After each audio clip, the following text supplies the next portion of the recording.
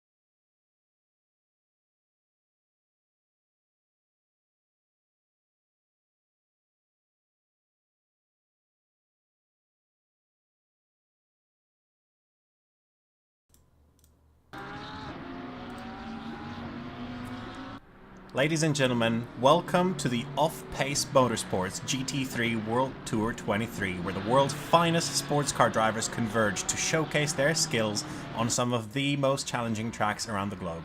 In this exhilarating competition, the drivers push themselves and their high-performance machines to the limit, battling it out for supremacy in the GT3 racing realm.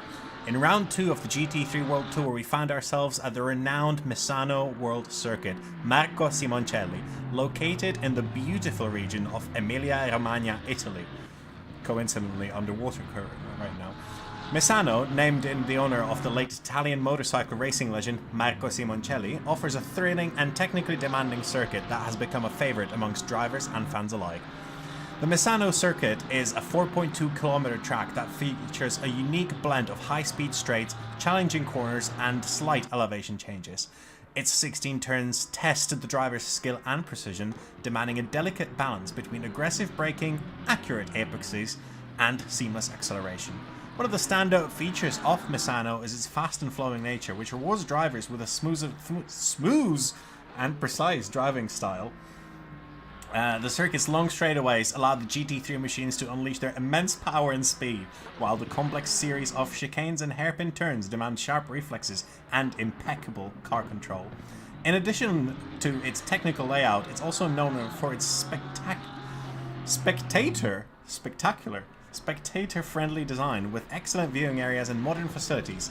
Fans, that's you guys today, can experience the exhilaration of GT3 racing up close and personal behind your PC monitors, and the atmosphere is always electric. So buckle up, hold on tight, and get ready for an adrenaline-fueled race here at the Misano World Circuit Marco Simoncelli as the Off-Pace Motorsport GT3 World Tour 23 ventures into its second round. And we're going to see speed, precision, and strategy to determine who's going to emerge victorious in this ultimate test of skill and determination. And I believe it's now probably a good time to introduce ourselves, and that's me, Kristian Kott, and my co-commentator, Alex Robinson.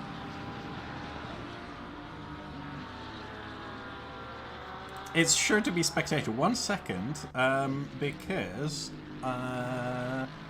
Discord for some reason is not being picked up by...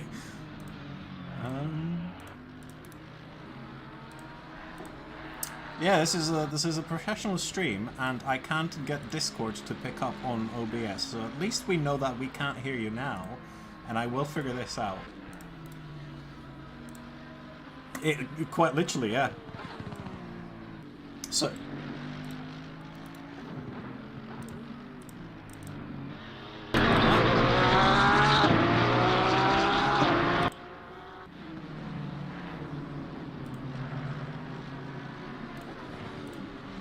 Right, that should be fixed now, so if you could give me a quick radio check.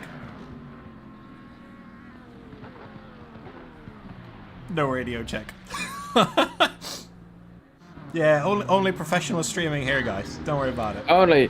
It's not like we haven't done this in months or anything. No, we haven't done this in months, and this is like our first time in, you know, forever for a new community. So yeah, this is yeah. Oh well. It great could also start. help if, you know, you shared your screen, geeky. Well, you know, the absolute professional that I am. There you go. That should be a little bit better. Well, sorry. Let me introduce you again, Alex Robinson, my amazing co-commentator. Hello. As I said, this race is sure to be spectator. Of course, new teams to us, but I'm looking forward to it. Misano's always a treat, and I'm sure we'll be reaching a new level of driving. So I can't think of the word. Is it spectacular? Yeah. Driving spectatorness. Yeah, that's the yes. word. I do the English good. Yes, we are very English good. Right, well, to get us started, we're just finishing off the 10-minute free practice session with about 1.5 minutes left, and we've currently got all the way up to 34 drivers on the servers, which is, that's a treat. It's a real treat, and it's going to be a busy little circuit here today, that's for sure. Yes, absolutely.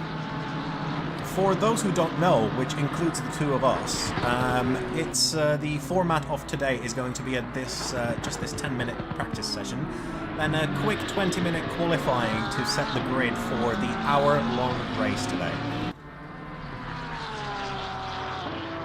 I have no idea how the qualifying works, whether it is just a free-for-all and everybody is out at the same time, or whether the classes are split. We do have classes, platinum, silver and bronze, I believe. Maybe gold, silver and bronze, who the hell knows? No gold then. Pro, not quite pro, and am. Yeah. There should be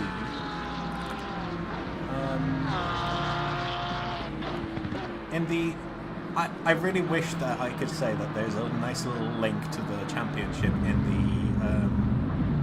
the description section. However, I'm pretty sure there isn't. So it's going to appear maybe by magic later on. But looking at the results, it is GT3 Pro, Silver, and Amp. So we'll call it that. Okay. Pro, Silver, and Amp. Just for consistency. Yeah. That's... I'd like my car painted in Pro, please. I would like mine painted in Am, actually. Which, just so you know, that's red. So... Okay.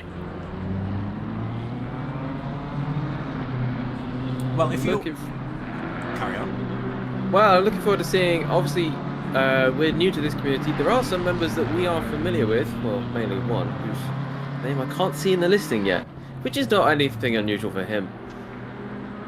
No, we do have a couple of people that the two of us are familiar with. One of which being Dave White over here, who was meant to come onto the screen, and then he just doesn't because he's parked. Thanks, Dave. Really cool. But it's good to know that the commentator's curse has followed us everywhere. Of course, it always does. Go. But the second man that we are very familiar with is over here, Hakan, the one and only. Is that a dark green, his car, or is it black? I think that's dark green. I believe that's dark green. Let's go for dark green because if you look at the description of his team, it's Off Pace Motorsports green. So yeah. I mean a Lambo. Now there's a car that is definitely green. Tom Davidson's Porsche 992. Of course, one of the... Is it 4 new cars that we got in the last update for GT3? I don't know, we got some more cars. One of which was a Porsche, one of which was a Ferrari, and the rest I can't remember. Yeah, there was a Porsche, there was a Ferrari, there was a Lambo, and I'm pretty sure that a couple of days ago we've had an update with a new McLaren as well. And I wonder if Mathieu Bernat here is going to be driving that GT3 Evo McLaren. Let's see what pace he can get out of this beast of a machine. I do like the way that the McLaren's look. Yeah, and that's a lovely livery on it, making it look really aggressive. Good modern livery with an eagle on the side as well. Jack you. Oh, he tacks that curb. Oh, and yeah. that one. He's really going for it. Yeah, he's really going to be going for it in the race as well, I'm sure. One of the drivers in the, what did we say, pro or gold class? Yeah, pro, yeah.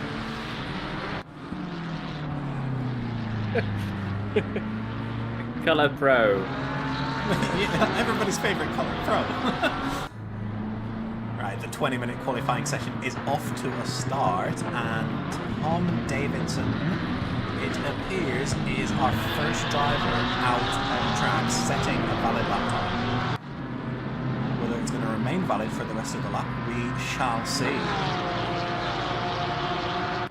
So, is this the new Porsche he's driving? I'm going to assume yes.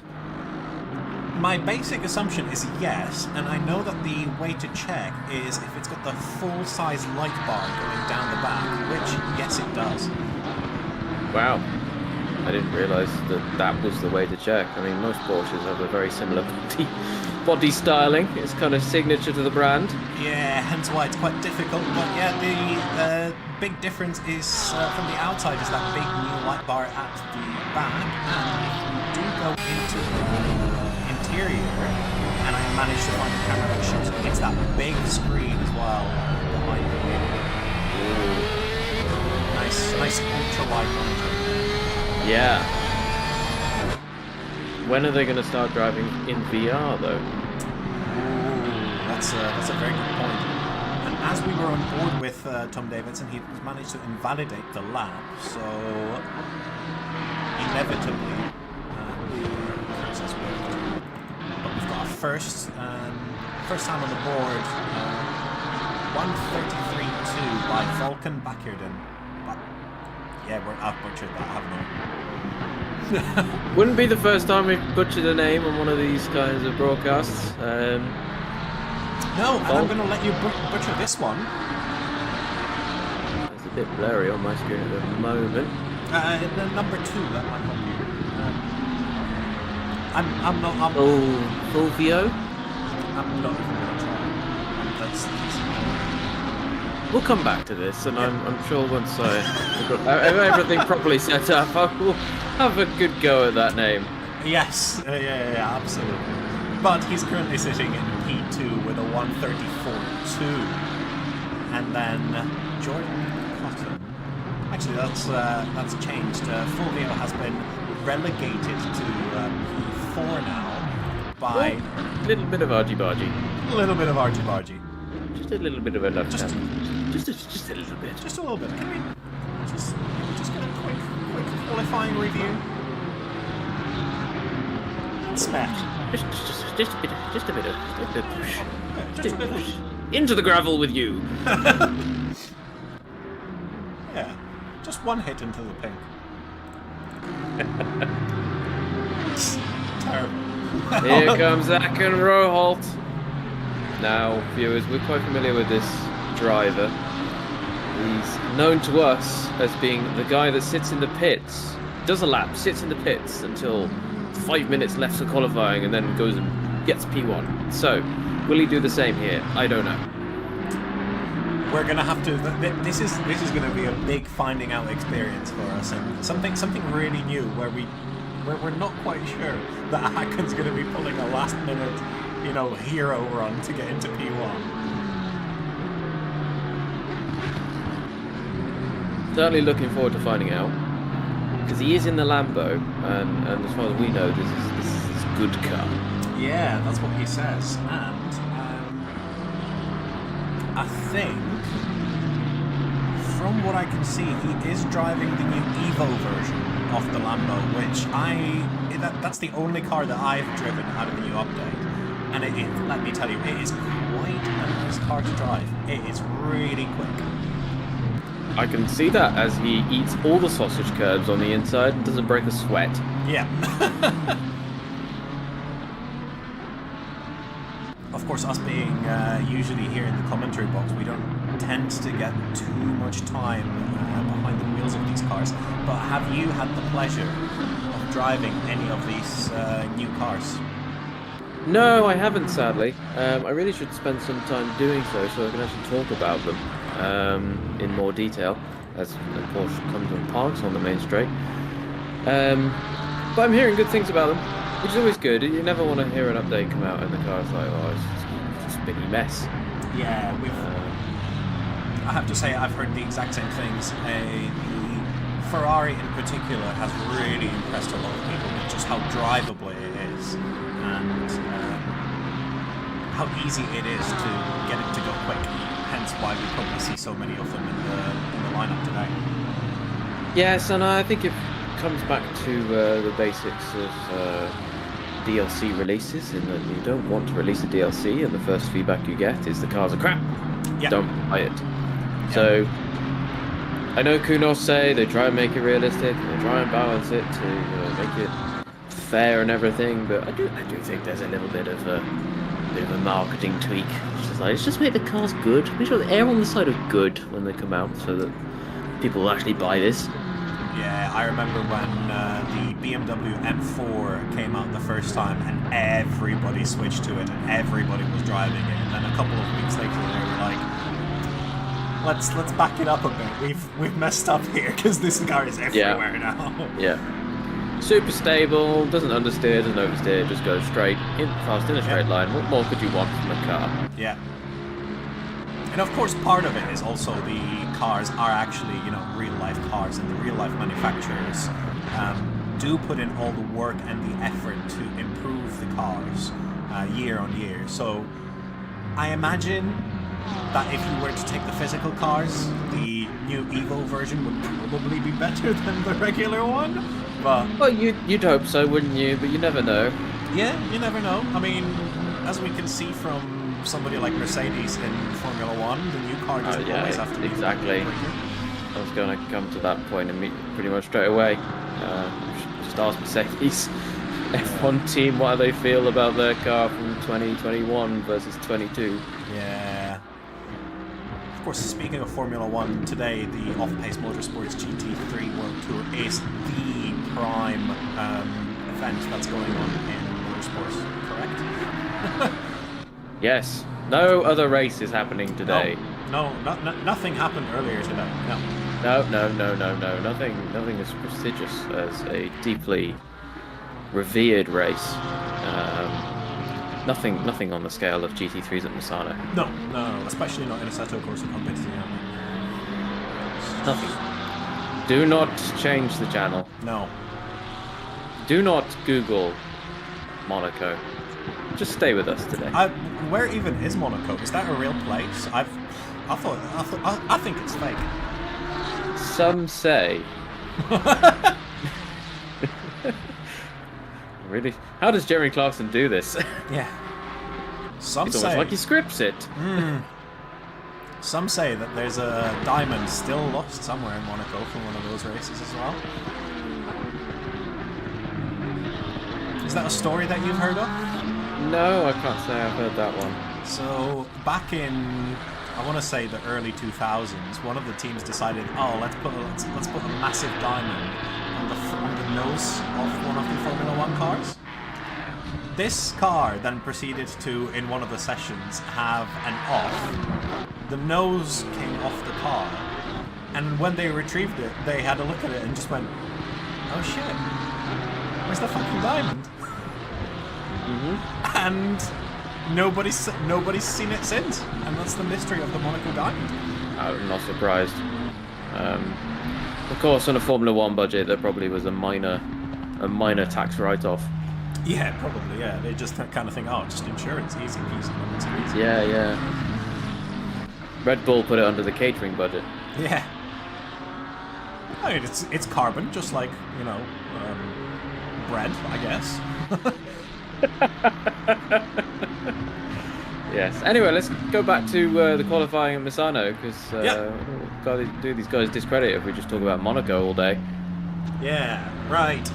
Looking at the top of the timing table, we've got Mathieu Bernat with a 1:32.7, who's just pipped Volkan Bakirdan to P1.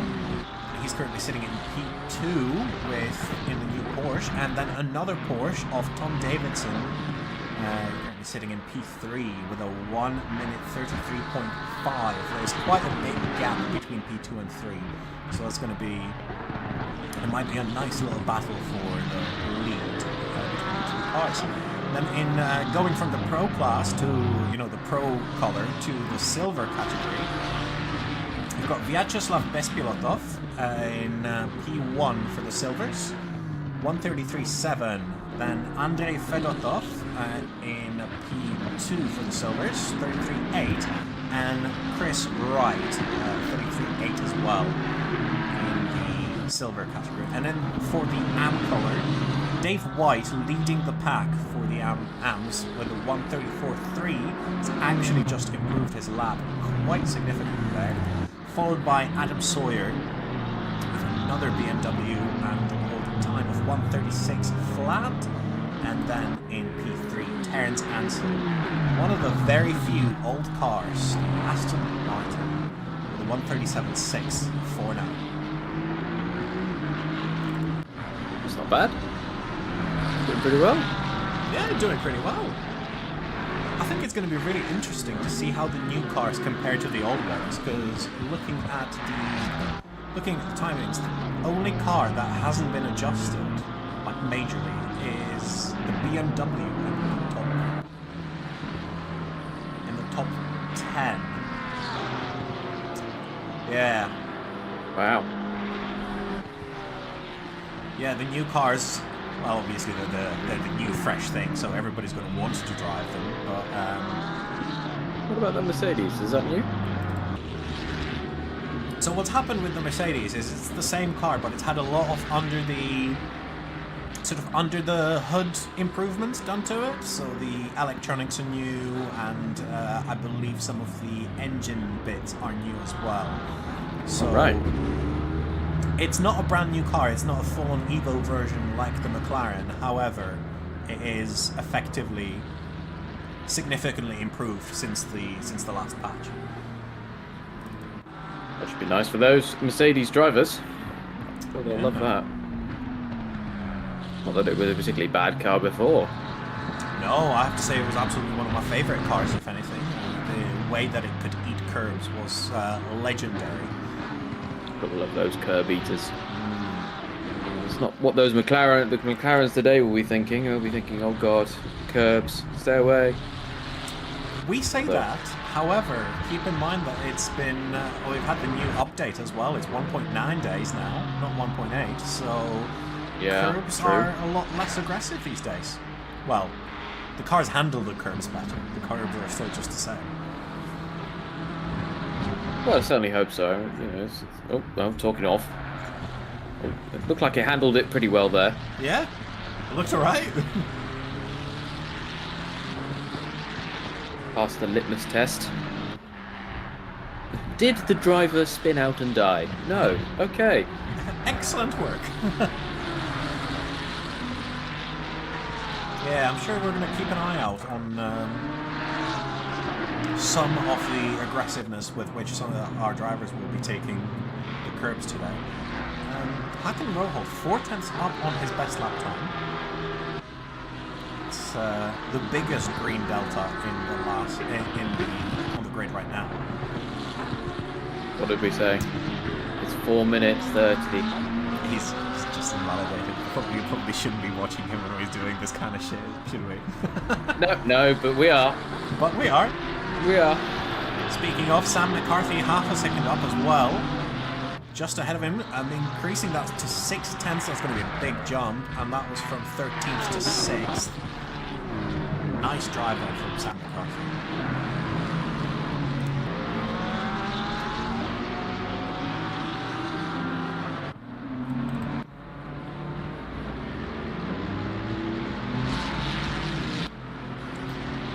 I'm not even going to try to pronounce that's I'm just going to stick with Erwin.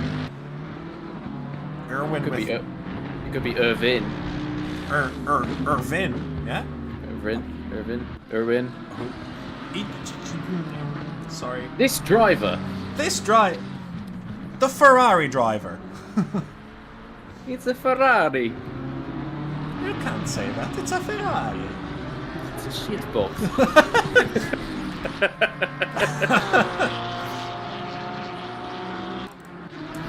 Hakan is back with 6/10 up on his best lap. I think we're going to be able to see some magic from him here, unless we curse him again. Ooh, that was very aggressive there on the inside curb. That's a big improvement. He's up to 7/10 up now, just through the final corner now. 8/10 up. Get a good run through here, and you could be moving up to P3. Across the line, and up to P3 he goes, as a Ferrari implodes in front of him. Oh dear, oh dear.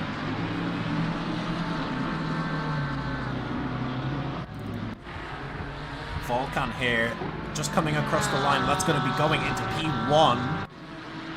And into P1 he goes with a time of 1:32.6. I've just realised something, which can be easily remedied. There we go. We can now see the lap times on the actual screen as well. Ah, yes. That would be good. Yes, that would be useful, wouldn't it?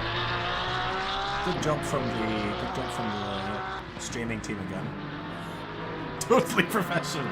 Professionals! We know what we're doing. No, we don't. Let's face it, no, we don't. Not really. But the drivers definitely do know what they're doing, because a time of 32.6, that's a fantastic lap time, I have to say.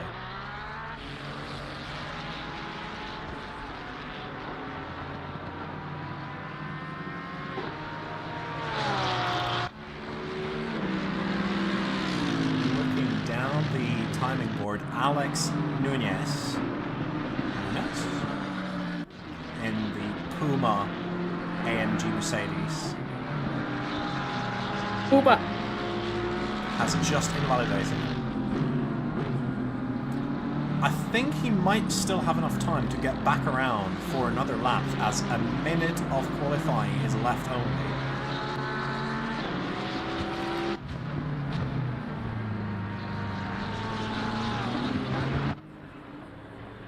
David Carter almost 2 tenths up on his best lap time. Doing the old cars proud, doing the non-newest DLC vehicles, proud. Up in P6 now, and just making it to 2 tenths up.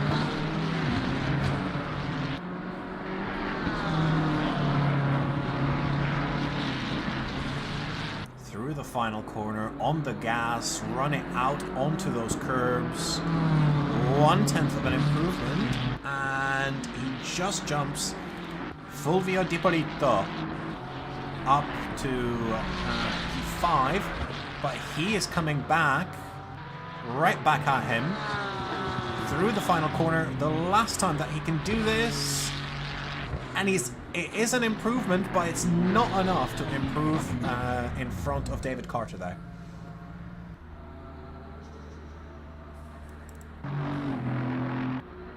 Terence Ansel just improving his position by 1 in the final lap.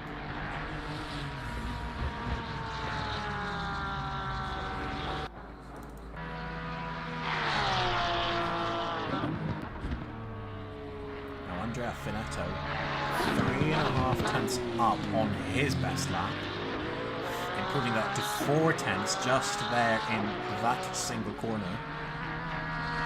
Really aggressive over those curbs. The new patch really allows you to hammer the inside and the outside curbs a lot more. Nice improvement, 2 tenths on the end of the lap, improving from 18th to 16th. Good work.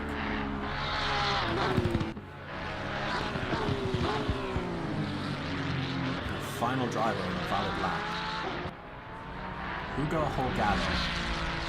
And as I say that, that's not a valid lap anymore.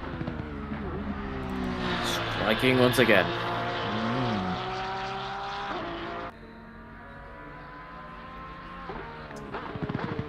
And there you go, that's the qualifying done. And we're going to have a quick look at the timetables and the overall P1, our pole sitter, Volkan Bakirdan, followed by Mathieu Barnat, and then Hakan Roholt in P3.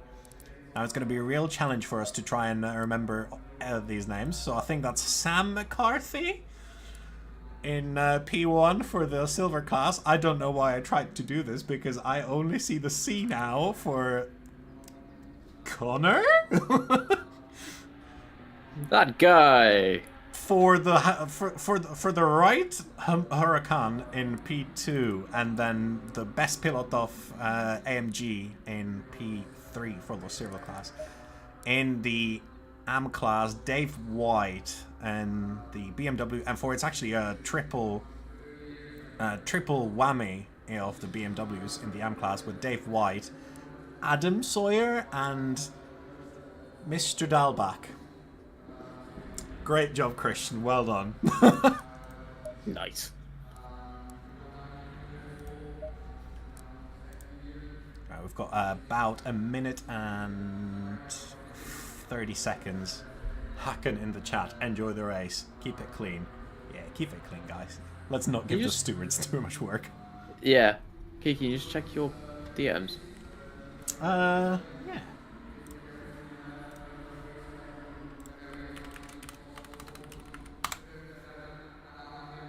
Resolved. Thank you. Hopefully. Alright, we've got a minute to go, and then we're on to a full formation lap, so... Oh, that's a treat. That's going to be a real treat, yeah. The tyres... As if the tyres don't get cold enough on just a short formation lap in ACC. No, and of course, that's part of the challenge. Yeah, of course. Part of the challenge, and then it's going to take a little bit longer to get those tyres warmed up as well in the first couple of laps. Of course, with the newest update, that's also been adjusted.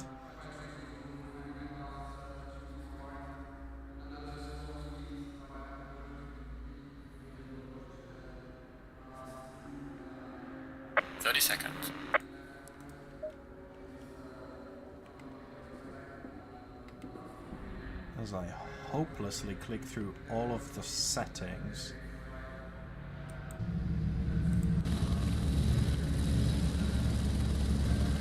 Doing much the same.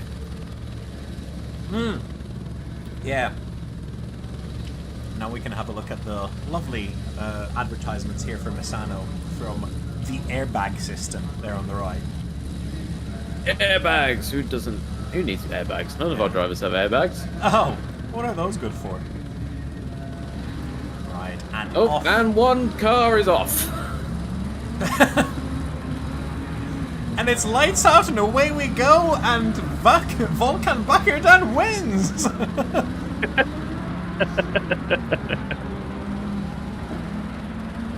Got one car stuck in the pit lane, Terence Ansel, wondering whether he has forgotten to press drive, or whether that's a deliberate choice to start from the pit lane today. There's sandbagging and there's handicapping yourself. Yeah. I've just seen Volkan's team now, which is absolutely fantastic. His ass Shio. It explains so much about the colour of that car as well, doesn't it? Yes, it does.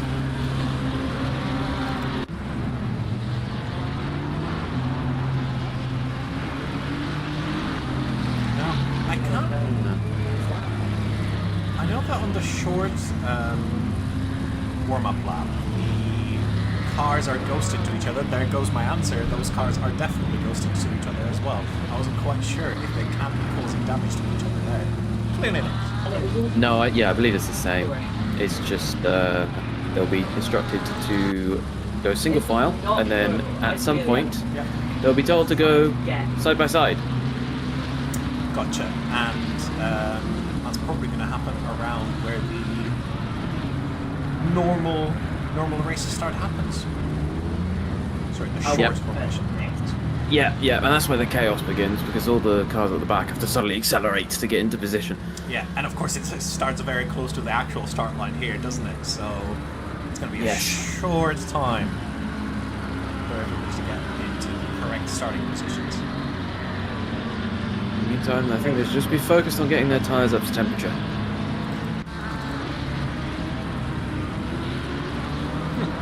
Yeah, up to temperature, or not quite as down in temperature as...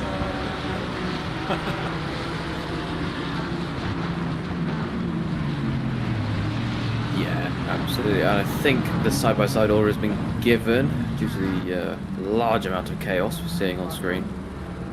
Yeah, I think so, and all the cars are now starting to concertina up.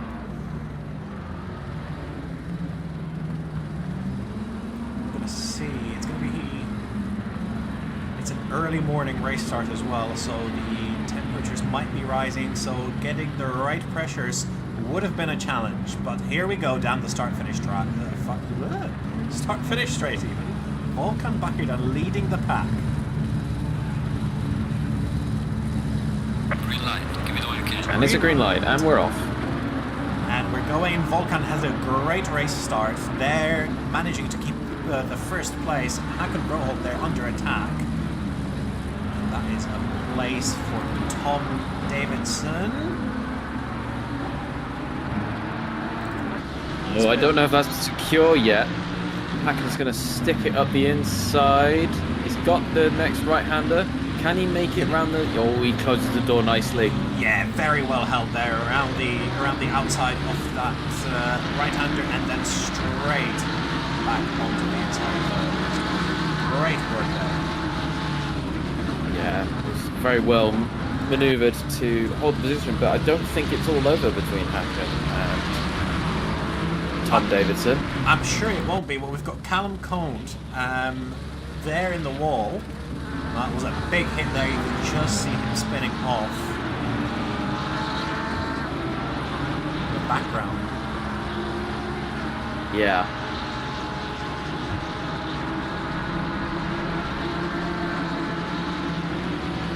There's some real action going up at the front here as Mate? Yeah. I don't know. That one.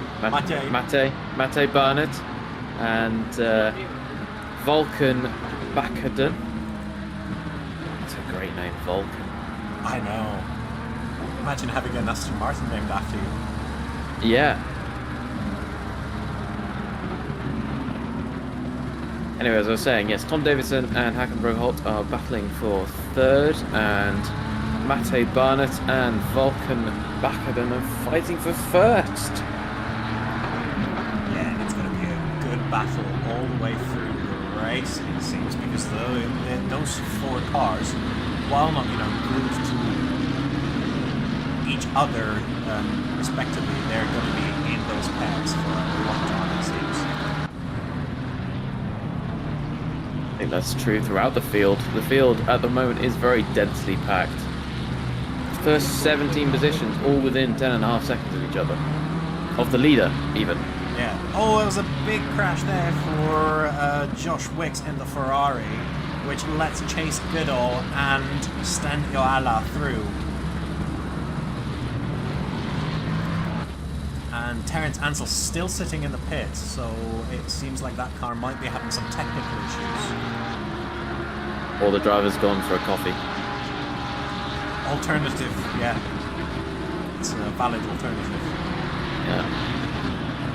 I'll race later, it's okay. I haven't finished my cappuccino, what am I supposed to do? It's no problem, just have the coffee first. If I race first, it will go cold. It's Daniel Kurowski and Emily Ichika have managed to get past Travis Minikus there. In the sequence of corners that was just leading up to that last overtake that was. Oh, Anders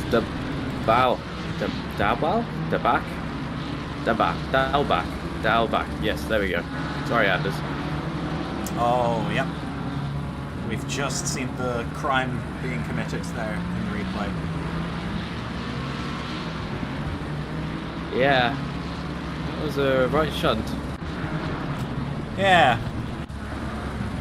It seems like the stewards will have something to do at the end of the day. Yeah, it was quite a calm shunt though. Calm shunt. As shunts go. Yeah. Yes, calm shunt. We could shorten that down, right? Into a shorter form. Yeah, definitely. Charm. Yeah. Charm. Charm. Yes.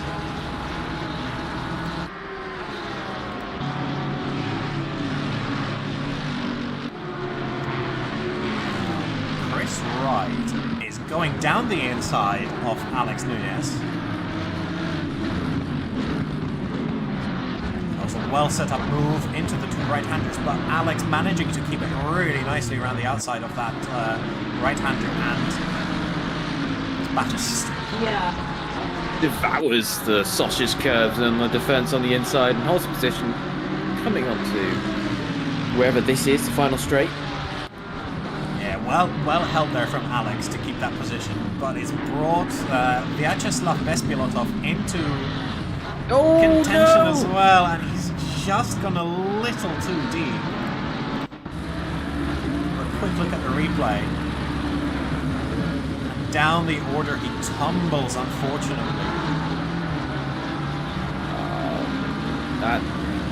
It's bashing doors. It's just not gonna. Doesn't work.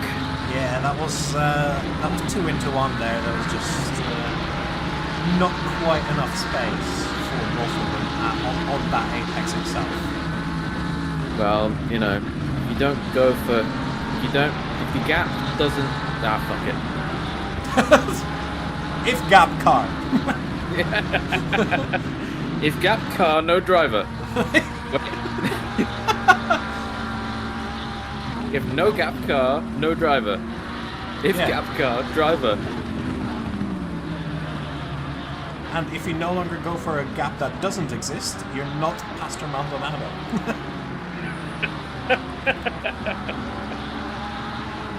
Yes, good old Crashter. Yeah, good man. All the drivers he hit don't agree. Well, I've just noticed there's 2 Porsches that look exactly the same here. That's not going to get confusing at all for the season. Nope. Are they using the same livery? I believe they are. Oh.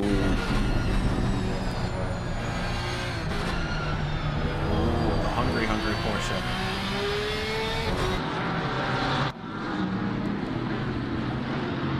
I say these new Porsches sound really good. Yeah, there's something they've done with the engine. I believe they've upped the... We've lost one. One of the twins. We've lost one. No, not one of the twins. It's unfortunate. I think Dave White has managed to make a position there as well in all of the chaos. But going back to the previous point, I think they've upped the rev limiter on the new Porsches up from, I believe, 8,500 to 9,000-ish RPM.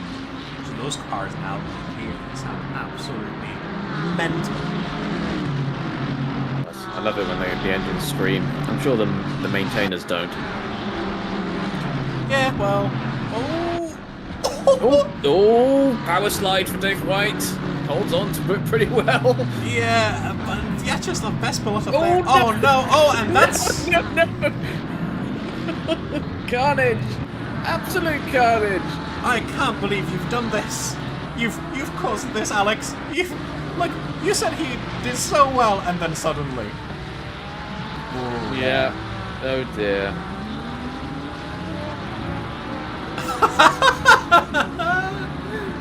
Oh, I forgot about that. This is gonna make for a really nice battle. Dave just checks out. He's just like, fuck this. I have no. He's come to a full stop as well. I imagine there are some choice words being said behind Dave White's steering wheel. Yeah, I imagine definitely Arstenuala just gets tapped a little bit there by his fellow Ferrari compatriot. And everybody has managed to make it through at the expense of Adam Sawyer here. There's normally one that loses out. Sadly. Yeah, sadly this time it was Adam Sawyer big time, because I think he lost about 4 positions there in the space of a couple of hours.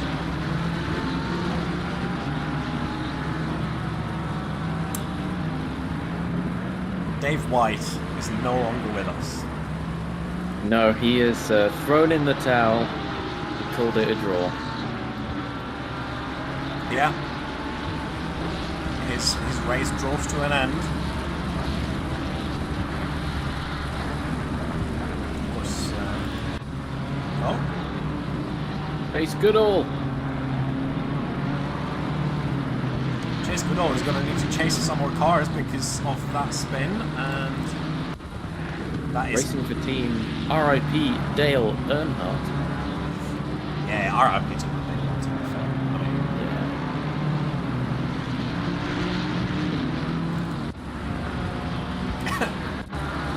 it's a completely racing unrelated story, but I had an instructor a couple of years ago, and we were getting some training in human factors, and he goes, you know, it's okay to cry as a man. Very American. It's okay to cry as a man. I cried twice in my life. Once was when I broke my thigh bone. And the second one was when Dale Earnhardt Jr. died. Just like, all right. Sorry, when Dale Earnhardt died. I was just like, okay, cool. I guess that's useful. Yeah. Only twice in his life, huh? Yeah. Not the day that he got married or divorced. For that matter. No. Does he have kids? No crying then? No. Nope. Okay. None of that. Yep. Very strong feelings about Dale Earnhardt, though. I don't think that's healthy. I think perhaps he needs to see someone about that. Yeah, perhaps. Not that there's anything wrong with feeling strong emotions about Dale Earnhardt, but twice in your life.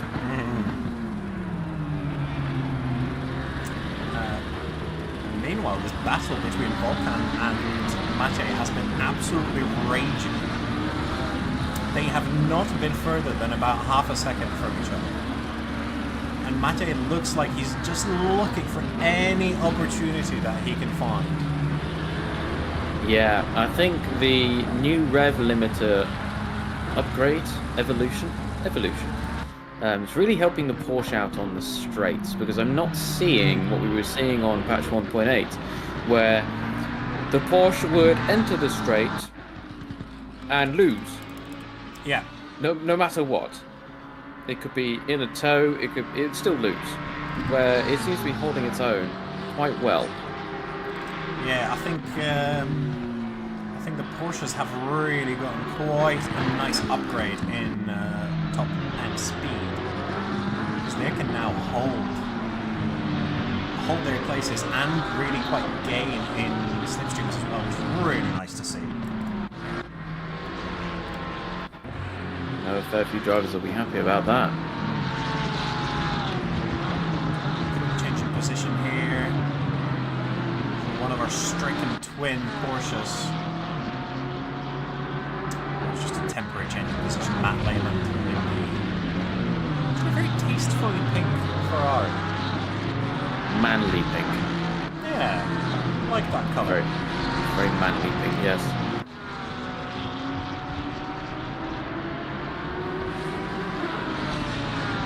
Another pink driver. As we go to the hot pink Iron Lynx liveried Lamborghini of Daniel Kurowski, who was just somehow managing to hold off Florent Demour behind him.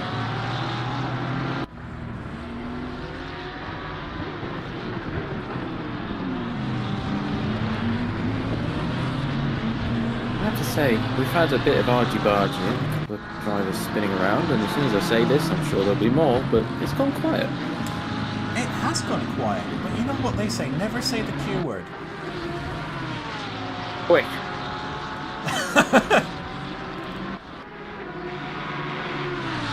Now we're going to be able to see if that Porsche really does have the straight line advantage.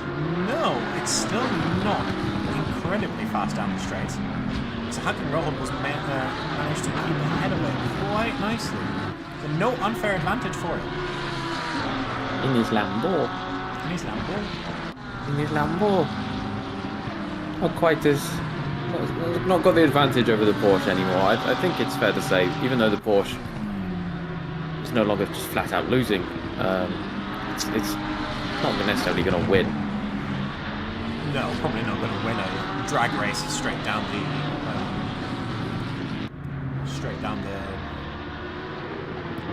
long speed traps. That said, looking at the speed trap data, the Porsche is 3 kilometers an hour faster than Hacken's Lamborghini in the speed trap. But that might just have something to do with the extra tow, because it still is... All the cars are roughly reaching around 250 k's an hour down the straight here. Yeah, of course, and I mean it's interesting as well if you look at Barnett's car. He was of course driving the McLaren Evo. He's doing 253 at the speed trap, which is faster than Backerben's Porsche. So yeah, I think tow has got something to do with it. Yeah. But it seems like the cars are really well balanced. Hello, going. Ooh, he's gone deep. Can he hold it? He's got the left-hand turn here to help him out.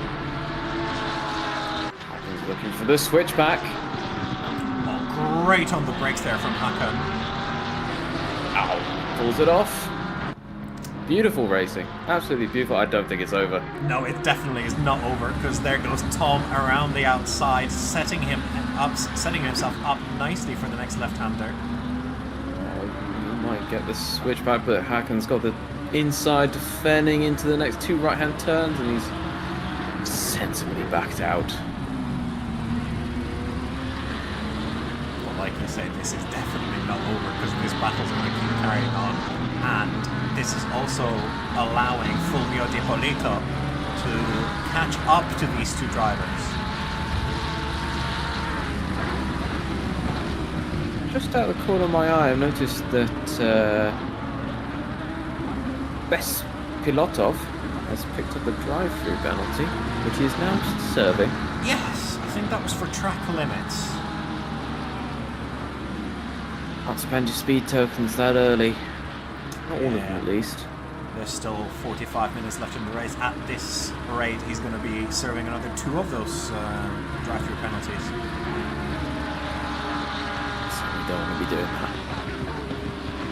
Not a Misano as well, where the pit lane is quite long.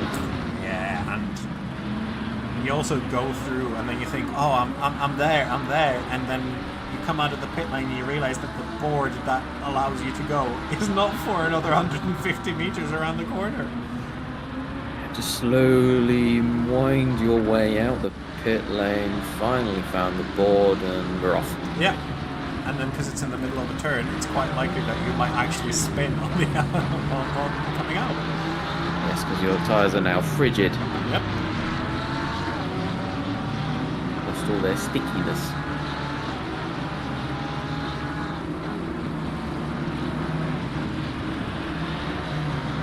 There is one driver I'm starting to keep an eye on, which is Fulvio Di Polito. Come back to that pronunciation challenge, that was my attempt. He's slowly catching up with Tom Davidson and Hakan Berholt, so we could see a third party enter this battle. Absolutely, yes. In the meantime, Alex Nunez has just picked up a drive-through for not respecting track limits. So that's going to be him going into the pits as well to serve that from month. These drivers really are attacking their limits. Yeah. Yes. Insert sponsor segments that isn't sponsoring this race. Wrong sponsor. Oh, another drive-through. Yeah. Sten Yola. And it seems like that was for, I imagine that was for track limits as well. I can't think of a different reason for it. Getting a drive-through around Misano. We'll just make up the reason. He got the drive-through for non-compliance of the front ride height. Yes. Yep. Set it too high. Yeah, that's the one. Can't drive monster trucks around this. It's not allowed. No, not against other GT3s. Not safe. You want to be crashing into the people, not driving over them. You heard it here, folks. You've got to be driving into them. Yeah, not over them. Come on. If you're going to ruin someone's race, you may as well punt them off the track. Yeah, much safer that way, isn't it, than just crushing their entire vehicle.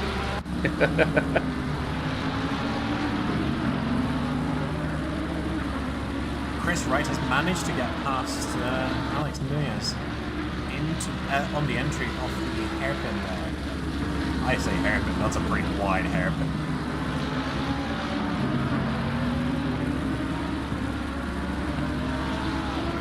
Alex, of course, still has to contend with the drive-through. Good move there, down the inside for Daniel Kurowski on, for Florian Damour on Daniel Kurowski. That Porsche really actually being able to hold its own in a straight line. Yeah, gone are the predictable days of watching a Porsche get overtaken on the straight because pedal does not go down far enough. Yeah, it's no longer just watch a Porsche go alongside you and going, haha, I'll see you at the end of the straight, mate. Yeah, of course. Here comes Daniel Kowalski into the pits. And first pit entry, I think, to actually take a pit. I think so. I think that's the case. 20 minutes into the race with 40 minutes left to go. I suppose if he's being held up, then you might as well. It's around 40 minutes that the tyres can really provide the peak performance with this new patch, so... Yeah, he's taking full advantage of that, trying to get the undercut. We'll see how it works out later.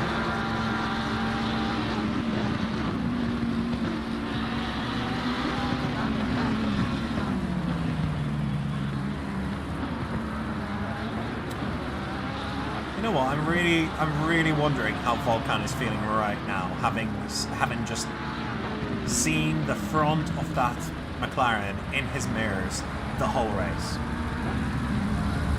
Well, you know, with these kinds of drivers that are up near the front, they absolutely love this stuff. Yeah. Yeah, I think imagine for me or you.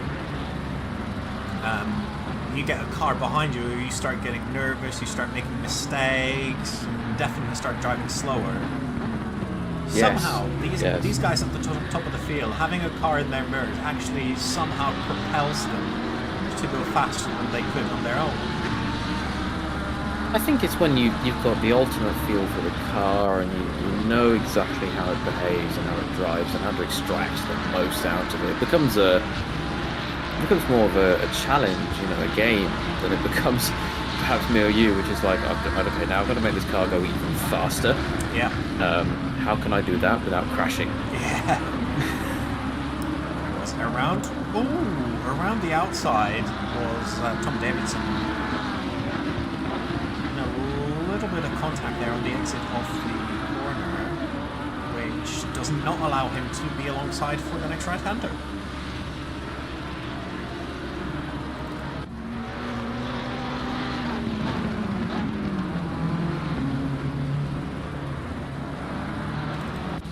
But yeah, as you were saying, I imagine that the top drivers here, their thoughts aren't, where do I need to brake? How do I brake? How do I turn in? They're so at one with the cars that they have that knowledge sort of intrinsically within them, and it's only in unusual situations where handling the car becomes a challenge to them. Yeah, and they're just, as we talk about that, Tom Davidson has a nice slide through the first corner. Quick replay as you speak. Yeah. So as I was saying, yeah, for them I think it's just muscle. You know, it becomes muscle memory, of course. Well enough practiced, and they know the car well enough. They can just offload that mentally to muscle memory, and then it becomes a case of them trying to figure out, okay, what's the other driver doing? How can I stop them overtaking me? Do I need to compromise this corner so the next one's good? And that all becomes like top level process in their brain while they're just driving the car. Yeah. 267 speeding in the pit lane. That is Adam Sawyer, blue flag Kott. He's He's just left the pits and he's going to be going straight back into them. He's definitely going to get a lot of blue flags, so I'm sure he'll be happy. Yeah.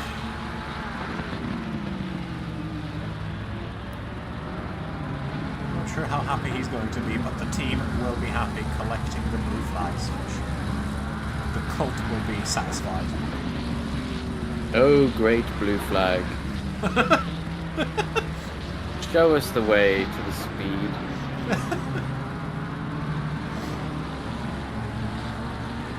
Come on, show us the flag. Show us the flag. Blue flag. Blue flag. Blue flag has chosen us. You know, having never met these people and having never spoken to them, we'll see how all these jokes go down later. Yeah, I'm sure. It's David Carter on the back of Chase Goodall.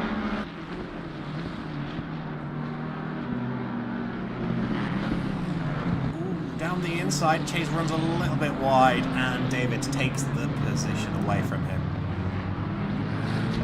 Goes, thank you very much. Oh, that is mine. Nom nom nom. We'll have place, thank you. Yeah, I think, yeah, Dave Carter, the guy that we've just watched do that lovely overtake, is the first man who's pitted already.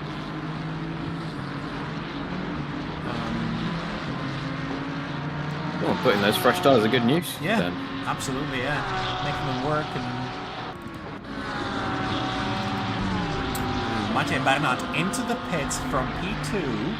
It'll be interesting to see where he comes out and how it affects his battle with Volkan Bakir'dan here. And then that brings me onto the thoughts of the pit strategies of Hakan Roholt and Tom Davidson as well. This is where it gets really interesting, of course, as Volkan has to make the decision whether he's going to pit pretty much immediately on the next lap, or if he's going to try and stay out and make his tyres last a bit longer so he can have fresher tyres later in the race. Yeah, of course, we can't see exactly what... well, we don't know exactly how the tyres are feeling to him, but his last lap time, Volkan's last lap time was 1:33.6, which is only 0.2 slower than Hakon's best lap. So... yeah, I've got a feeling that he's still pretty happy with his tyres, so we might see him running a bit long, but is he just going to not take the risk, and is he just going to cover off that pit stop straight away? Well, it was a pretty good stop from Matej Bernat as well. 31 seconds stopped, and 1:14 actually in the pit lane, which is pretty quick looking at the other drivers, so it'll be a hard ask, I think, for Volkan Bakir'dan to beat that. This is where I'm forced to eat my words. Yeah, and Volkan goes into the pits, so we're going to see where he comes out in relation to Matej, who is, I think he had to get past that Porsche behind him. So maybe he's just pitted at the wrong time, but we're just going to keep watching him to see where he comes out, where Volkan comes out in relation to him. We'll have to keep an eye on him as Matej is entering the final 3 corners. So it's going to be pretty close. Okay, Volkan has started moving again. He's spent 32 seconds stopped. Could this come to hurt him as Matej is coming down the pit straight? It's going to be very close. Yeah, I wonder whether we're going to see Volkan's Porsche somewhere, no, not quite in the background, but now on the exit, and Matej moves into effective P1. It looks like that has definitely worked out for him. That extra second in the pit stop was all he needed. Yeah, it's literally what it was, because he came from about 3/10 back to 6/10 in front of Volkan. So that was a really good pit stop, well executed there from Matej Barnett. It shows how much they've effectively gained a 10th. Or did they lose one? I can never work this out. But yeah, showing how powerful the undercut can be. Yeah. Now, Tom Davidson, we just saw, had a little bit of a wiggle there on the exit of one of those corners, and he's dropped off a little from Hakan Roholt as well. So I wonder whether the traffic that they've been lapping has played into the hands of Hakan Roholt there. Yeah, he's definitely dropping back quite a bit. It's relative, of course. It's 1.5 seconds when he's been less than a second the entire race. Yeah, we say dropping back quite a bit, but they can both pretty much still smell each other. Not that we necessarily want to be smelling a racing driver in a hot car in the middle of summer, but... No, lovely. Sorry for that image, Alex. I mean, they're all pretty well wrapped up in fireproof suits, so... Yeah. When they take it off, Hakan's into the pits. And so is Tom. No overcut for you. No, you wouldn't want to chance it, would you? No, okay, it's all on the pit crew. Here. That's what it's come down to. It's down to the pit crew. Down to the pit crew. Just looking at three very similar looking Ferraris here. Andrei Fedotov, Henrik Nord, and somebody else in pretty much the exact same coloured cars. We've got triplets.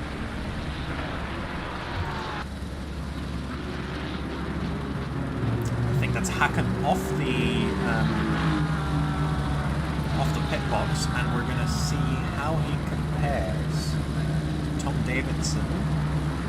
Tom Davidson there willing his pit crew to go faster. Yeah, come on guys. And this is the length of the Misano pit stop. This is the issue. Like, if it was just right there, you're fine. But right here, that's the board. And out they go, and it looks like Tom is that 1.5 seconds back, so they had a pretty equal pit stop there. It was dead on equal. They both spent exactly the same amount of time in the pits. I can't see down to less than a second in difference, but 1:14. I mean, what do you want? Yeah, from what we've seen today, that seems to be the time to beat as well. Like, if you can get a 1:13 in the pits, then you're doing something special. I think it's possible. Probably, if you really nail it. Yeah, you'd have to be very precise on your braking on entry. I think very, very precise. Very precise on exit as well. Yeah, and also taking that extra risk that precision brings. Yes, because I'm just looking at Barnett's time. He did a 31 stop and got 1:14, while Cameron Holt did a 32 and got 1:14. So there's a second there to be gained. Yeah, there's potential there for a 1:13 for sure. We've got Emily Ichika in with a drive-through 4-track limits in P22.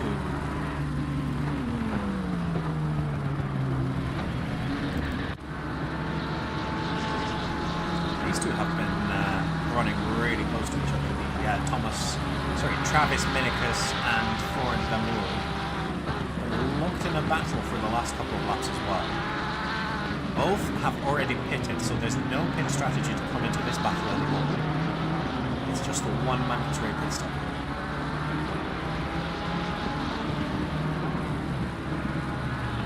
And in the meantime, Emily Ichika has picked up a drive-through. Oh, another one. Another one.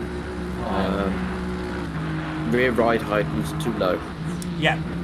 Rear ride height too low. Front ride height too high. Yep. Not supposed to let the car take off. Well, imagine if you really did have the front ride height too high and the rear ride height too low, you just get understeer. You go in a straight line all the time. Yeah, you try to turn the car in and it just goes, nah, mate. Yeah. Not having it. Have you tried slowing down, mate? Yeah. I generate lift now.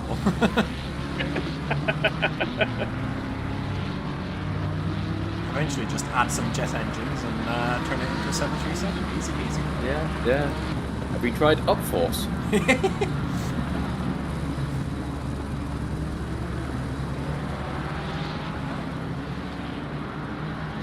Over halfway through off the race now. 35 minutes gone, 24 to go.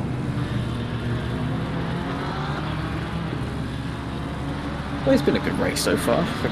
It's been fairly clean. There's been a bit of incidents, but it's otherwise it's been quite a good race. It's been great, guys. That was a nice smooth move from Andrea Finetto there on Misano.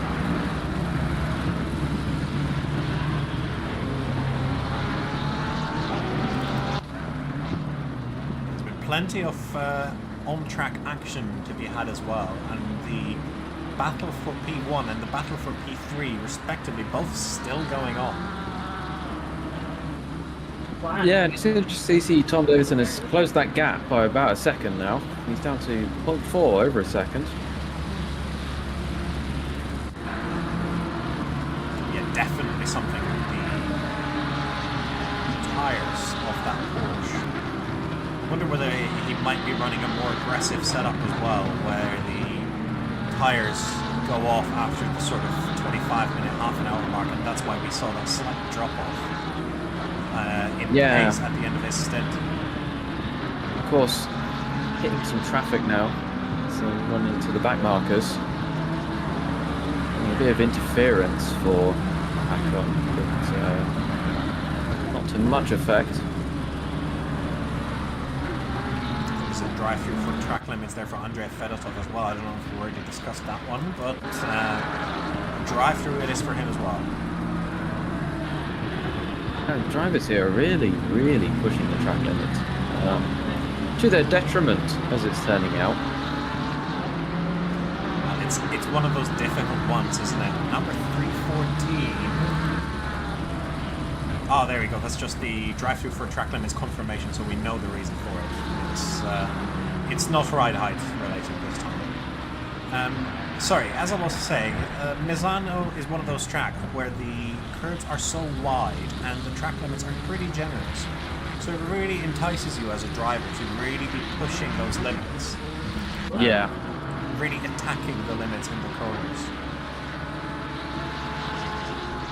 I mean, they're just flat now, really, aren't they? They're not, I wouldn't call them curbs. Yeah. Curbs are generally raised in some way. These are just edge markers. Yeah, sort of slight serrations in the racing surface. Yeah, rumble strips. No dead policeman on this one. So it appears you've gone a bit wide on the track. Your left-hand two wheels are not the only thing remaining on it.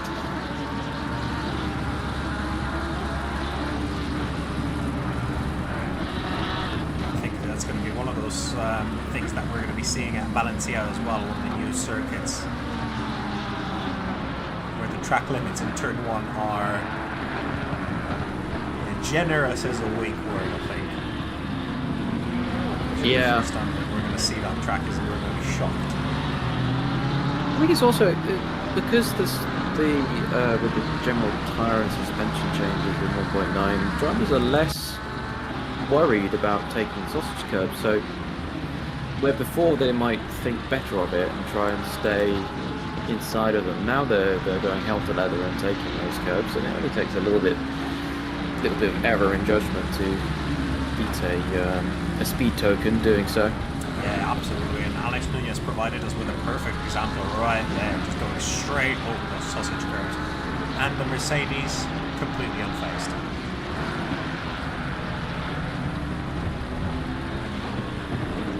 Oh, well, could be worse. Could have broken his back. Yeah, could have pulled an Abby Eaton.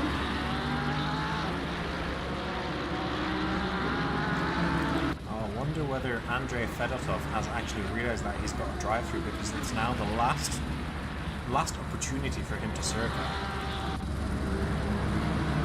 Gonna have to wait and see.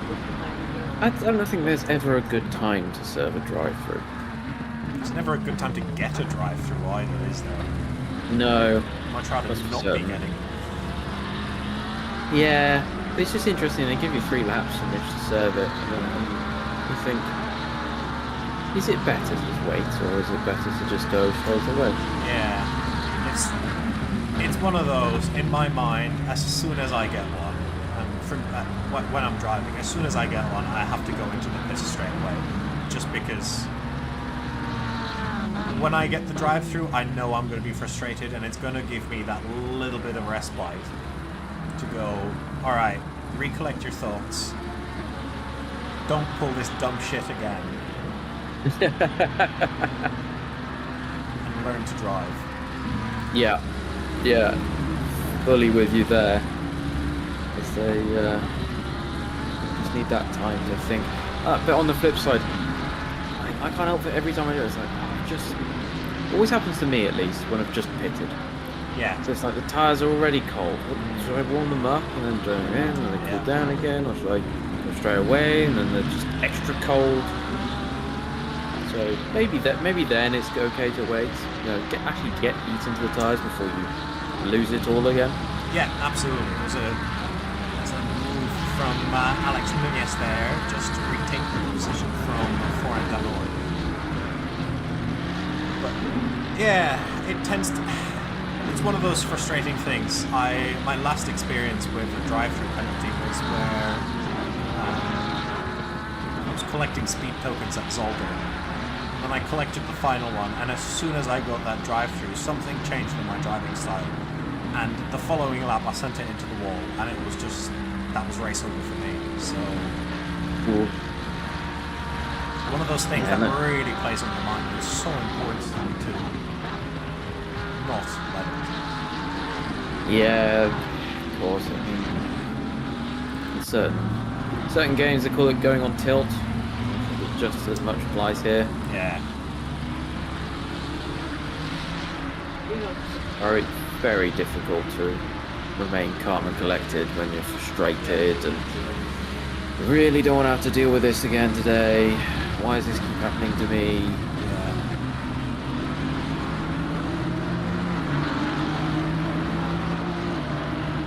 Of course, really, it might be quote just a video game, unquote, but it does give you it does raise your adrenaline levels when you're racing side by side with somebody, and it's not the most physical thing. Like, yeah, you're sitting in your rig turning the wheel, but you can't really work out that adrenaline. So sometimes that plays into your thinking as well. yeah. I mean, sometimes I've come off, a decent race and yeah, I'm tired. Yeah. Why am I tired? Yeah. I haven't done anything. Just sat in a chair for an hour. What the hell? Yeah. The thing is, because of course, when you're racing, you're trying to keep control of everything. So even though you're thinking, oh yeah, I'm relaxed, I'm having a good time, relaxed. You get up, and it's like, oh, this muscle's really sore. Yeah. It's just because you've been holding it still for the last hour. So focused on driving the car and beating the guy ahead of you and defending the guy behind you that you just don't notice that muscle's going, hey, can you take the weight off me? Could you just take the weight off me? Hey man, come on. I'm in pain here. Yeah. Do something, please.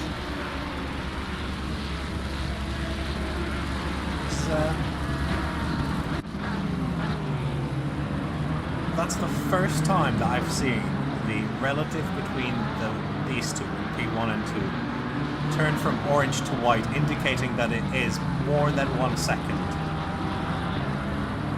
between Mate Bernat and Volkan Bakirvan. Well, yeah, Bernat is just he's going on a complete tear. He's had the fastest lap of the race, but I don't know when that was. I think it was still before the pit stops.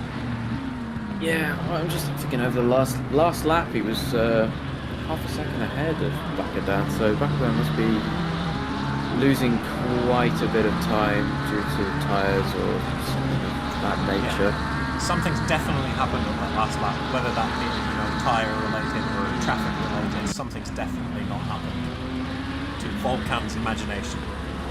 Yeah, well, on the flip side, Tom Davidson is really bringing the fight back to Hakan Roholt. He's worked his way, clawed his way back up from 1.5 seconds behind. He's now down 0.3. Yeah, that 0.3 seconds seems to disappear in every single corner as well to like 0.2. Just about it. But, well, the fight for P1, and not at this moment, but the fight for P3 is definitely going to hinge on just one tiny mistake that one of these drivers is going to make. Yeah, so it's typically the way when you're looking at the front of the field in one of these kinds of leagues. You see the top drivers go at it for lap after lap after lap. You never think anything's going to change, and all it takes is one slightly delayed brake, yeah, one slight overturn of the steering wheel, and that's all that's needed. And place is lost. And it's only because the guy chasing, looking for that place, is positioned himself so perfectly over the previous laps that he has the opportunity to take it. Yeah. And it's the slight sort of departure from perfection that allows for overtakes at this level of racing.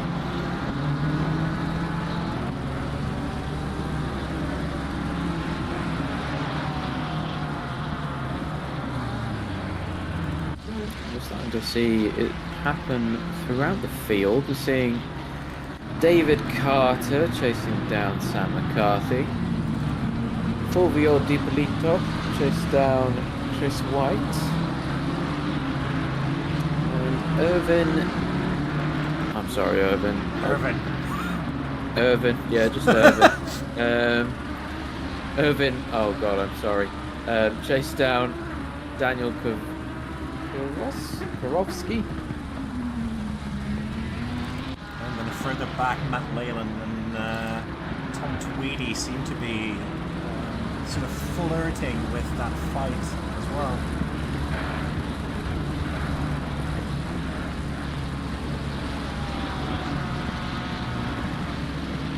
Now that we've got like I say a little bit of a lull, but we've got 3 battles within 0.3 of a second, so let's focus on those.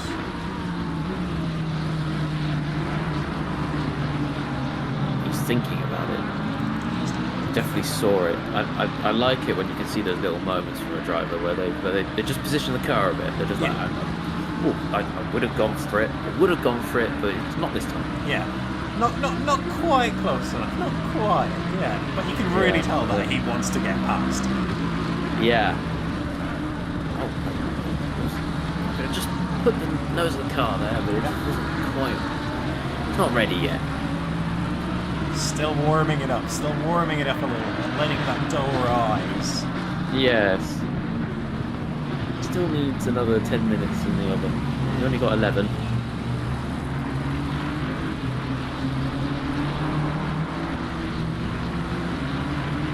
I'll keep flicking back and forth between David Carter and Fulvio Di Polito.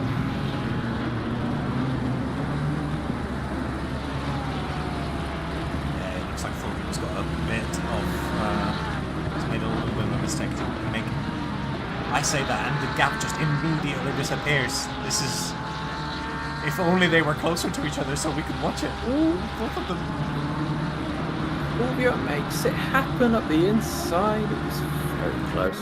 It's worth a rewatch. That is absolutely worth a replay. Oh, big dive down the inside. There we go. Yeah, and like you were saying before, all it took is one variable to not be quite there. And for Chris Wright, it was the Lexus there that slowed him slightly on the entry of that corner and allowed Fulvio. Yeah, I mean, it was just that little bit of extra time he needed. You could see, like we said, you could see that he was going for it. Yeah. He was thinking about it, and door opened and he took it. Yeah, and he absolutely made it work for him. Beautiful move. Well planned, well executed.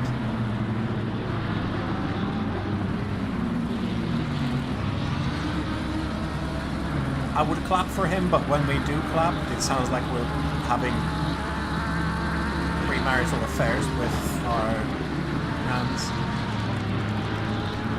Thank you. Perfect. There we go. There we go. No more making thumping sounds into the microphone. Much better than the usual.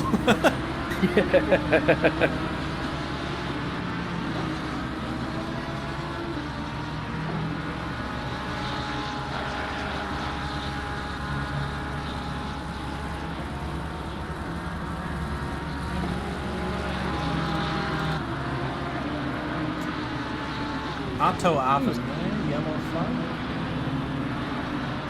He's proceeding fairly slowly there. I don't know if he just decided to come to a... I think he might have just been letting some drivers through on blue flags. Right, fair enough.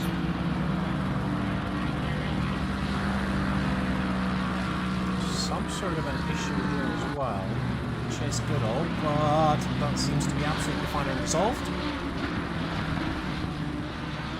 And Erwin and Daniel Górowski back at it.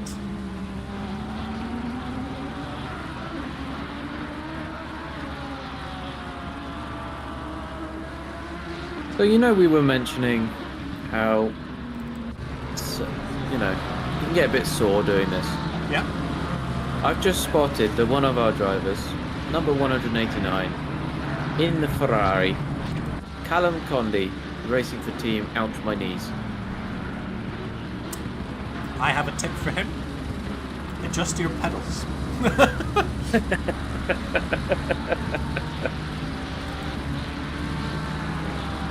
Sounds like the right move.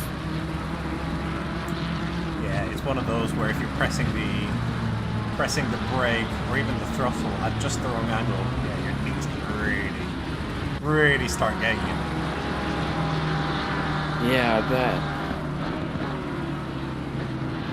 Artist taking a look at the inside. Just looking for a switch back here, but I don't think it's going to quite happen.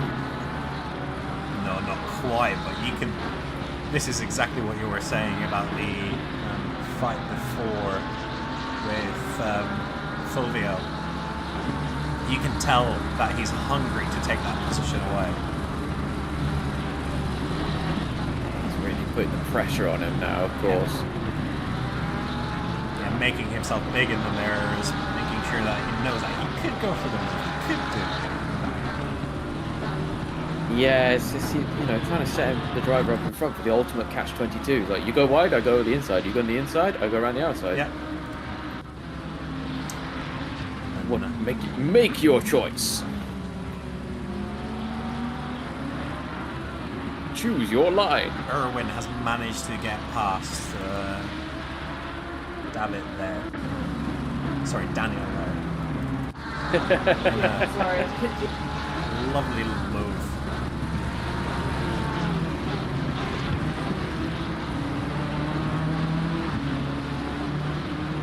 This will be totally lost on anyone that hasn't followed our content on Let's Go Sim Racing. But Lolek, is that you? Shit. I see the W's, all I think of is David Lolek.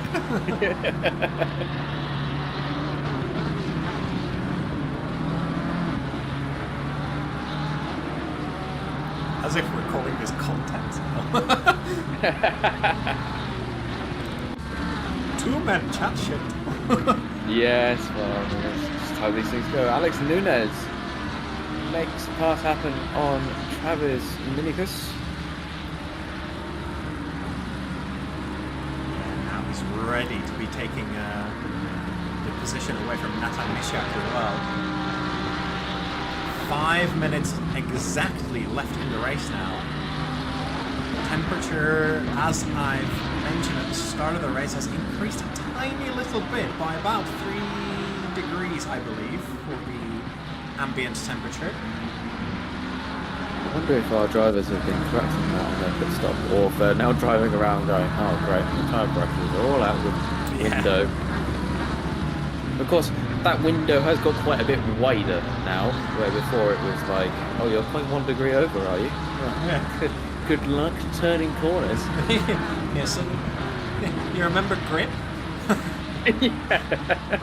None for you. Looks like Sam McCarthy's made his way past David Carter. I think so. Sure was I'm the order they were in before.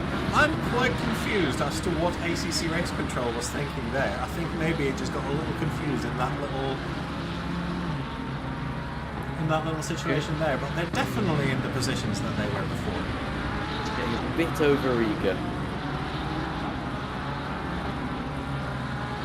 Alex Nunes has made his way past Misiak there. Down the inside. That's a lovely move. That's a lovely move on the brakes. He's climbing his way back up the field after starting in 11th position. Was he involved in some incident, or was it a drive-through? I think he got a drive-through, yeah. I remember number 13 having a drive-through, unlucky number and all that, but yeah. Fighting his way back up. He's car number 13. He's in 13th place. Oof, look at that. You can't get away from it. Now he just needs 13 seconds of a gap behind him. Yep. At what point does the paranoia start to kick in? Paranoia, superstition? Who knows, but I think I'm going to have to start racing with car number 1 starting from now on. See if that works. Yeah, keep the fingers crossed. Right.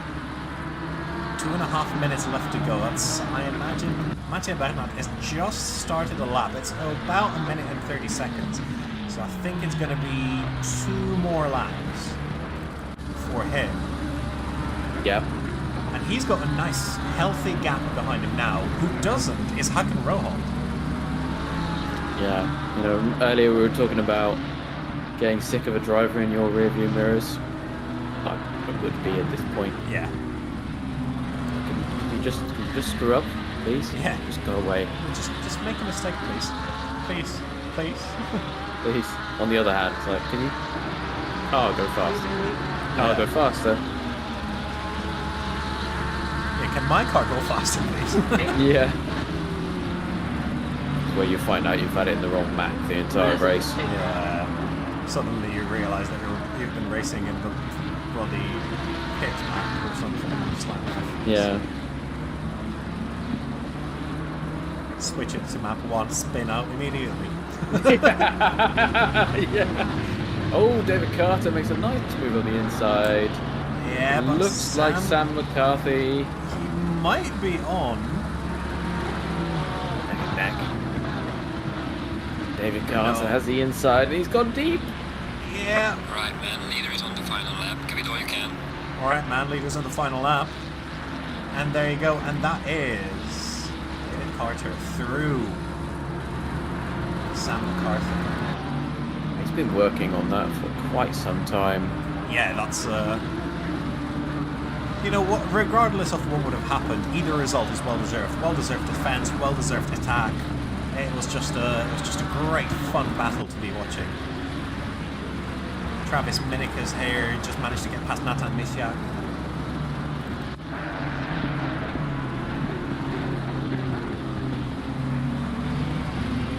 I'm just very interested in this battle, and there's been an incident here in one of corners. I'm kind of wondering what the hell happened here. Early on the brakes, and the other car just isn't. Wow. Yeah, that'll do it. Yeah. Okay, the leader is on the final lap now. Give it all you can. I've got a little personal saying that I might bring out at some point.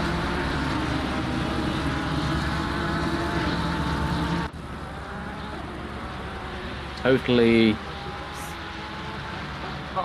Somebody's just posted something. Yeah. Yeah.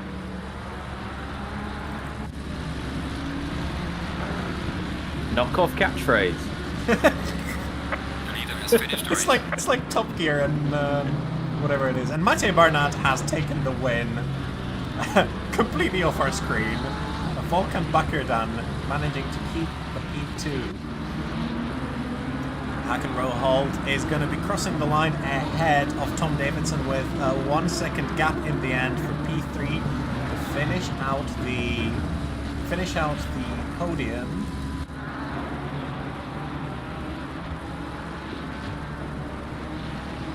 It's just one more corner here for Dave Carter and Sam McCarthy.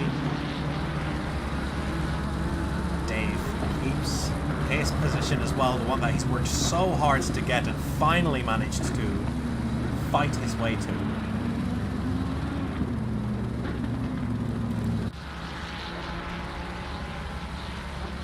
This has been a good little battle as well between Florian Damour and Andrei Fedotov. They've traded places a couple times over the last few laps.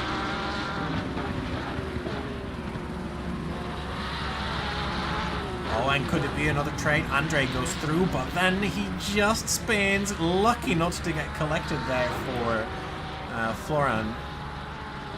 And he's going to come away from that fight with a nice good feeling about himself, I'm sure. Well, something's happened to Chase Goodall, because he's limping his way around the final corner. Has he run out of the petrols? I wonder. I've got a feeling that he's run out of the petrols. Certainly seems that way. Let's go on board. His car's very quiet. That engine's not running. And there's no one to come and give him a push. He's got to coast his way to the finish line. I'm not sure it's going to happen. He's giving the steering wheel a little wiggle. There's car number 2. Come on, you can ride to the finish on the starter. Let's go. Oh, it's rolling backwards now as well. Oh dear. That's not good. That's not good. I can see I like that the idea there's... though. Run it on the starter. I can see there's cars still on the track. It's Andy Yates and Alex Nunez still. Are they? They're coming to his rescue. Looks like they're coming to his rescue. Here he comes. Here comes Andy Yates. Here comes the push. Here comes the. Oh, he's doing it very slowly. Oh, that's. Oh. Oh, and the session has ended! Oh no! They're still going to get him to the end. I think they can still get him to the end. And oh, he's made it. Just about. I think that he's made it. I think that's good. He may not have won the race, but he's won our hearts. That's for sure. Yes. Right. I have to say, that was absolutely fantastic racing all the way through. I'm just trying to figure out. I've completely lost track of who's done what, but I'm just trying to figure out if we can get some people to come and give us their thoughts.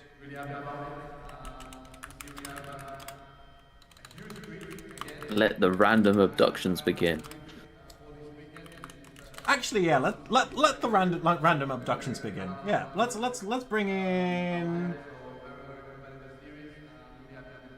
Alex Nunez. I can't move people. I've lost the Oh ability. well, okay. I've lost the ability. I can do it. Hello, Alex. Hello, Alex. He's probably so confused right now. Hello. Hello. Hello. You're on the stream, and we're just abducting random people from the chat just to ask, how was your race today? It was okay. Did some shenanigans with track cuts, so I got a DT pretty much at half point in the race, which wasn't ideal. But apart from that, it was a good race. Let's see if it can make it again on the next round. Nice. Yeah. Any particular sort of gripes with Misano that you've got, or is it a track that you normally enjoy?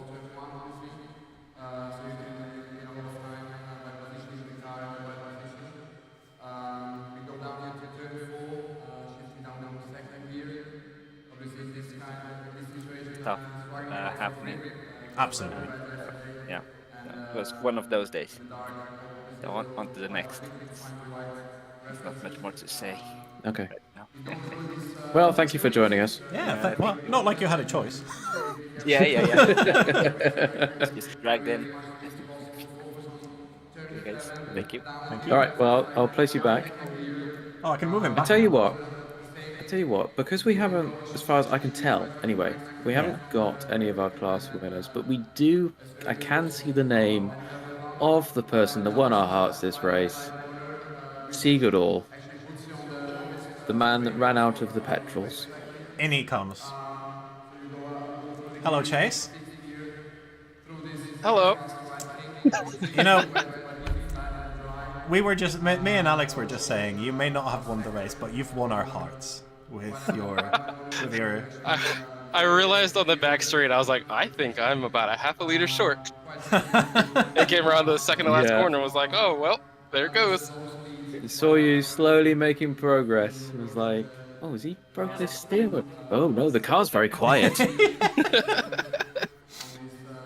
Yeah, I was like trying to short shift the entire last lap, trying to see if I can make it work. Oh, I yeah. didn't have time to mess with engine maps, and I was like, all right, well, just see what happens. Have you? I was just wondering if you've considered running it on the starter motor as well.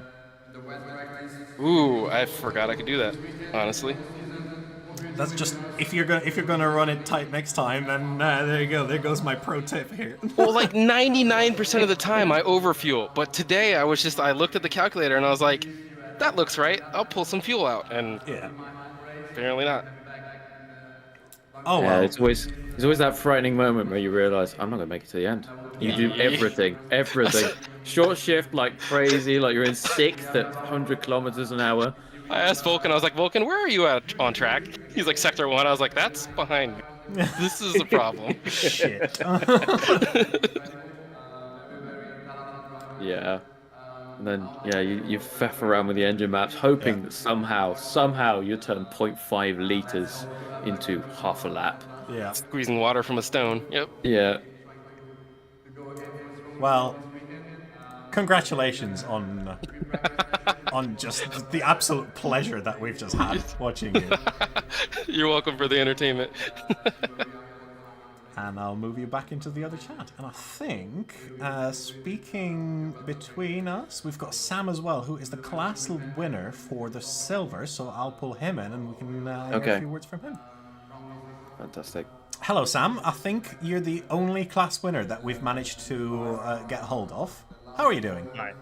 I'm good, thanks. How was that race for you? It was a fun race.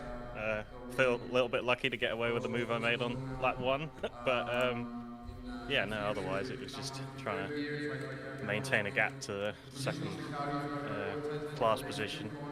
Obviously I was fighting someone in pro class for a lot of that, or trying to keep ahead of him anyway, but it wasn't really for any points, so... but no, it went fairly well. I wasn't expecting a class win, that's for sure, so... Yeah, we noticed you were racing David Carter for quite some time in that race. Yeah, he was very close behind me. He seemed to be a little bit better on the brakes, but I usually get a better run out of the corner.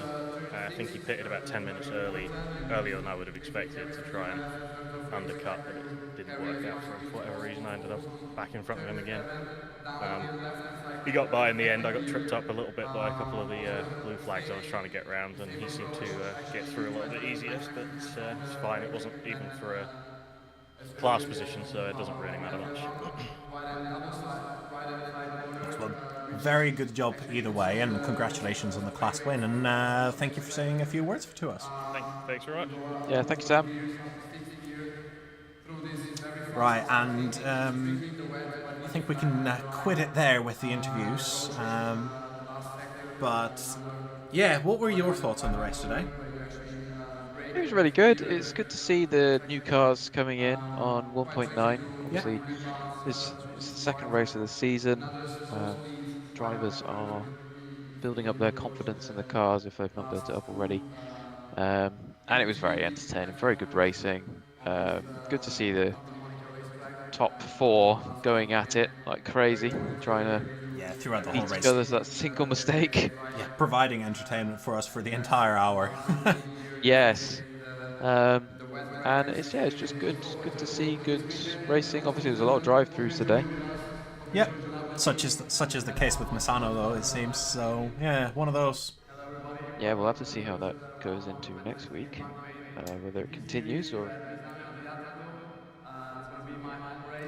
Yeah, and speaking of, I think next week is actually going to be a week off for the drivers, and the next time that we're going to see each other is going to be at Valencia, actually, on the 11th, so that's a Sunday in 2 weeks' time.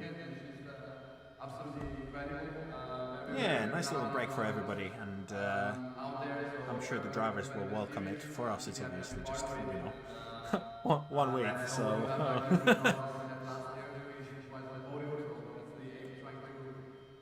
Yeah, and I think with that, we can draw this nice little stream to a close, and thank you very much to Off-Pace Motorsports for having us, and yeah, it's been an absolute pleasure, and we hope that you will want to have us back, and we hope to hear everybody soon here on Off-Pace Motorsports. And let's do a shameless plug. Let's do a shameless plug for Tuesday. This Tuesday start the DGSR Season 9 starts. So if you go to Dad's Go Sim Racing live commentary, you're going to be able to find the two of us speaking about more cars.